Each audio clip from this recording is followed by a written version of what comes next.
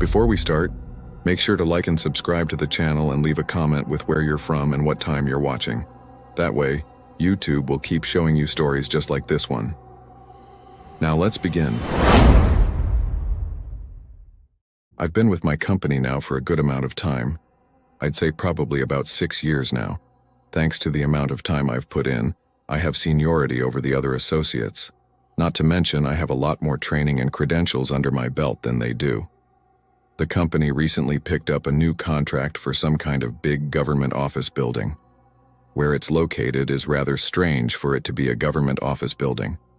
I won't get into exact locations, but to give you an idea of what the area it's located in looks like and what makes it so strange, is that it's located in damn near the middle of nowhere. It's a giant 6-story building surrounded by a giant parking lot. The parking lot is surrounded by a metal fence that's about 10 ft tall. On the top of the fence is barbed wire. There's only one way in and one way out in front of the building at the opening of the parking lot that meets the side road that it's located off of. The side road is about 3 mi away from the main road which leads to the highway. The fence is completely surrounded by woods. There are literally no buildings, houses, or any other signs of civilization for miles around. Due to my seniority, I get to work whatever shifts and days I want. Typically, I choose to work mornings or evenings and have weekends or Fridays and Saturdays off. But unfortunately, after a few months of us being at this new contract, we started having trouble keeping the overnight people. During the day, there's usually about 3 guards working all 7 days of the week. On the overnight shift during the weekdays, there's 2 guards. And on the overnight shift during the weekend, starting Friday to Sunday, there was only 1 guard. I should mention before I go any further that every guard is armed on every shift. As I said, we're having trouble keeping people on the overnight shift, mainly on the weekend overnight shift. Because of this, my supervisor asked me if I could help out until they could hire more people and work some overtime on the weekend overnight shifts. I could have, and in hindsight, should have said no thanks, but at the time I actually needed the extra money because I was getting ready to move to a new apartment soon. So I went ahead and accepted the extra shifts. The first couple of weeks were fine, no issues, nothing strange, but what happened on the 3rd weekend is what made me regret my decision for the overtime. It was a Saturday night around 2 a.m. There was a very bad thunderstorm going on outside. I was sitting in the camera control room, which is on the top floor. The control room has a window that oversees the back part of the parking lot. In the room, there's 3 large-sized computer screens that show the CCTV live feeds from all the cameras located throughout the building, as well as the few cameras that are outside in the parking lot and by the entrance/exit of the parking lot. I was sitting in the control room doing what I normally was doing while working overnight by myself. I had the lights off watching movies I previously downloaded on my phone, while also playing games on my Game Boy. I had been sitting down for a while and got up to stretch my legs and move around a bit. I was also starting to feel a little sleepy, and was thinking about going down the hall to the vending machine and grabbing an energy drink.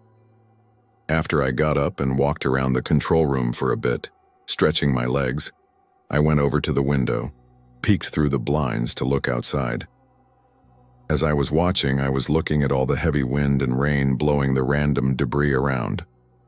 I was just about to walk away from the window to grab that energy drink, when all of a sudden, a flash of lightning lit up the surrounding area past the fence, and just then, I saw a figure dart from one tree to another that was a good distance from it. I'd say about 20 feet. I kept my position, looking in that direction through the blinds, waiting for another flash of lightning to see if I could see exactly what it was, or if my eyes were playing tricks on me. After a couple of seconds went by, another flash struck. This time I didn't see anything near or around the tree that I saw the figure move to. At that point, I thought clearly my eyes were playing tricks on me and that it was just me being tired. I left from the window and went down the hall and got the energy drink. I immediately downed the whole thing, hoping that it would kick in soon.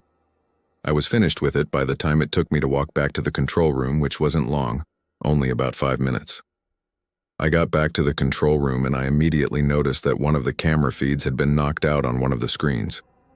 It was the camera feed to the back part of the parking lot that the window overlooked. I went over to the window and looked out the blinds in the direction of the camera. I spotted it dangling in the wind from its wires from the post that it was on. I figured the heavy winds must have knocked it off somehow. I sat back at my desk and put in my report for the night and then went back to what I was originally doing. A few minutes had passed while I was watching a movie on my phone and I heard the alert sound the system gives when someone is accessing a part of the building that requires a code to be entered on a keypad. I looked at the main screen and pulled up the tab that shows the access points of the building. It showed me the one being accessed was the one in the back of the building by the back parking lot. At that point, a shiver ran down my spine as I realized someone was outside. From the shadow figure to the camera being knocked out, and now to this, the keypad being accessed. Whoever it was had the code because they got in and the system showed me the green light. I thought to myself, it couldn't be another worker or security guard. If it was a worker, we would have a memo telling us who it was and what times they would be here, as well as what part of the building they would be in. I knew it wasn't a security guard because I would have known about that too. I picked up the phone that was on my desk in an attempt to call the cops, but it was out. I looked at my phone and of course, no service. I figured the best thing to do would be to try to walk around the hallway and try to get service on my phone. I left out of the control room and into the hallway.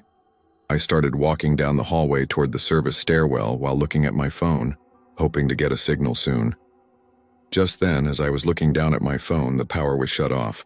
I immediately decided since I was so close to the stairs that I was going to run down the stairs to the front lobby and run out the door to my truck. I got to the stairwell and opened it up. It was damn near pitch black in there. I decided to use the darkness to my advantage and walk quietly down the steps. I figured if this person cut the power, they had to be in the generator room, which was in the basement. Unfortunately, the basement was the only flight of steps below the lobby where I was headed. Also, the generator was not too far away from the stairwell that I was in. I made it down to the 4th floor and suddenly I heard a door open at the bottom of the stairwell. I stopped dead in my tracks. At this point, I knew I was armed, but I was thinking to myself, even though I went through training, I don't think I was ready to shoot anyone. I was hoping and praying that it wouldn't come to that. As I was standing there immersed in my thoughts about my training with my firearm, I started hearing heavy footsteps walking up the stairs. I wasted no time in coming up with a new plan. I was going to turn around and walk as quickly and quietly back up the steps as possible to the 6th floor where I came from. At the top of the steps, a few feet past the door still in the stairwell, there's a ladder that leads up to the hatch that leads to the roof of the building. I was going to climb up the ladder to the top just before you have to open the hatch to go any further and just hide in there in the pitch black darkness until whatever happens next. I turned around just as I did. My gun banged against the metal to the stairwell railing, making a loud clang sound. As that happened, I froze and so did the heavy footsteps. A few seconds had gone by and then I heard whoever it was running as fast as they could up the steps. I sprang as fast as I could, running up the steps as if my life depended on it. As I got to the top of the steps just before I was about to pass the door I had come from, I had an idea to create a diversion on the fly. I quickly opened up the door hard and loud, then let go of the handle and let it close and slam on its own. I continued to run to the ladder and climb up it. By doing that, I would make it appear that I had run out the door. With only seconds to spare, I made it up the ladder. The man, distracted by the door tactic, opened it without even looking in my direction. He ran into the hall, the heavy door closing behind him. That's when I saw my chance. I leapt down from the ladder only about 10 feet high, landing with a loud thud as my feet hit the floor. I bolted for the stairs. The man must have heard the sound because I had barely made it down one flight before I heard the door open again and his footsteps pounding down after me. Both of us were sprinting as fast as we could. I managed to stay one floor ahead of him the entire way. When I reached the lobby, luck was suddenly on my side. Behind me, I heard a loud crashing noise followed by a cry of pain. I wasn't certain, but I think the man had tripped and fallen on the stairs. I wasn't about to wait around to confirm. I burst through the door, ran straight for the entrance, and used my key to unlock it. Fortunately, I always parked my truck close by. With the wind howling and the rain pouring down, I hit the fob to start the engine and unlocked the doors as I sprinted across the lot. I jumped into the truck, threw it in reverse, and just then caught sight of him, dressed all in black, his face covered by a mask and hood, bursting out of the building and charging toward my car. I slammed the gear into drive and floored it, tires screeching as I tore out of the lot and onto the side road. It wasn't until I was nearly at the main road that I got a signal on my phone. I immediately called the police. Apparently, when the man had fallen, he dropped something. The police recovered a fully loaded, unregistered semi-automatic handgun. To this day, no one knows why someone would have broken into that building. There was nothing particularly special about it, except that it was government property. Whatever the case, I'm just thankful that luck was on my side that night. I used to work nights as a security guard in a mid-sized corporate office building in New Jersey. Most nights were quiet, dull, and predictable, the kind of silence that makes every small sound echo like thunder. But one night, that silence broke in a way I'll never forget. It started around midnight. The last employees had left and the lobby was empty except for me and the glow of the security monitors. My job was simple: watch the cameras, make a few patrols, log incidents, and mostly just sit and wait for anything unusual. As I scanned the feeds, elevators, hallways, and the underground parking garage, something on the garage camera caught my attention. A figure was moving between the cars. The garage should have been completely empty. Only people with 24-hour access could enter, and none were scheduled that night. At first, I thought it might be an IT guy or a cleaner, but he wasn't wearing a uniform or carrying anything. Just a long, dark coat, slightly oversized. He wasn't heading toward a car or the exit. He moved slowly, weaving between rows like he was checking something. The way he moved sent chills down my spine. I radioed my supervisor, who told me to stay at my post and watch the cameras. But my gut told me I needed to see it for myself. I grabbed my flashlight and headed down to the garage. The elevator ride felt longer than usual, each floor echoing like a heartbeat. When the doors opened, I scanned the empty lot with my flashlight. "Security here," I called out, but the echo returned empty. I checked every row, every shadow. Nothing. Empty. Maybe the camera glitched. Maybe it was a shadow. I tried to shake it off and returned upstairs. When I looked back at the garage feed, he was there, standing in the exact spot I had just checked. My stomach dropped. There was no way he could have returned there unnoticed. He had been inside the building, watching me. I radioed again. My supervisor told me not to approach. Easier said than done. For 20 minutes, I watched him slowly move toward the stairwell leading to the upper floors. He paused, looked over his shoulder, and then disappeared from view. I checked every other camera, hallways, elevators, even rooftop access. Nothing. He was gone. Then the elevator dinged in the lobby. I saw nobody inside, but wet, bare footprints led from the elevator across the polished floor. It was freezing outside. How could he have walked barefoot inside? My pulse raced. I knew he was inside. I debated locking myself in the lobby, but felt I needed to patrol. I took the elevator to the 5th floor and walked the hallway slowly, flashlight in hand. Every creak of the building made me jump. Halfway down, I noticed an office door slightly ajar. It should have been locked. I pushed it open. Empty. Only a sleeping monitor and a chair. I turned back and froze. Heavy, wet footsteps echoed behind me. Not mine. Moving fast. Purposeful. I spun my flashlight and saw him at the end of the hall. The long coat. Walking fast, not running, following me all along. I bolted toward the stairwell, hand slamming the rail, heart pounding, footsteps chasing me. I dove into the stairwell, slammed the door behind me, and sat there shaking, trying to catch my breath. The footsteps stopped abruptly, but the echo of my own breathing made me feel insane. When the patrol arrived, we searched the building floor by floor. The garage was empty, no footprints, no signs of entry. And the camera footage? Corrupted during the time he appeared, leaving a gap that made my skin crawl. I quit that job within a month. Fear had taken over. Even years later, I avoid empty garages at night and check over my shoulder constantly. I know what I saw was real. Not a ghost, not a hallucination. It was a man, a stalker, someone who had followed me, hiding just out of sight, waiting. And the thought that I might never know how he got inside or what he wanted still haunts me to this day. This happened to me a few days ago. As a matter of fact, it was my first night of training as a mobile security guard. Before I tell you my story, just want to clarify that a mobile security guard is primarily a security guard that drives around in the vehicle and does site visitation where the client needs security. In this case, it's the GTA of Toronto, but this incident took place at a nearby pharmacy to our med clinic in Mississauga. It was my first night as a trainee, and my supervisor was a nice person showing me around on how to conduct patrols, write reports, disarm fire alarms, etc. Usually, if an alarm occurs, dispatch notifies us through the radio and asks us to attend the site where the alarm is happening. However, we arrived at the medical clinic in Mississauga to conduct a regular perimeter patrol, which also meant there was no alarm.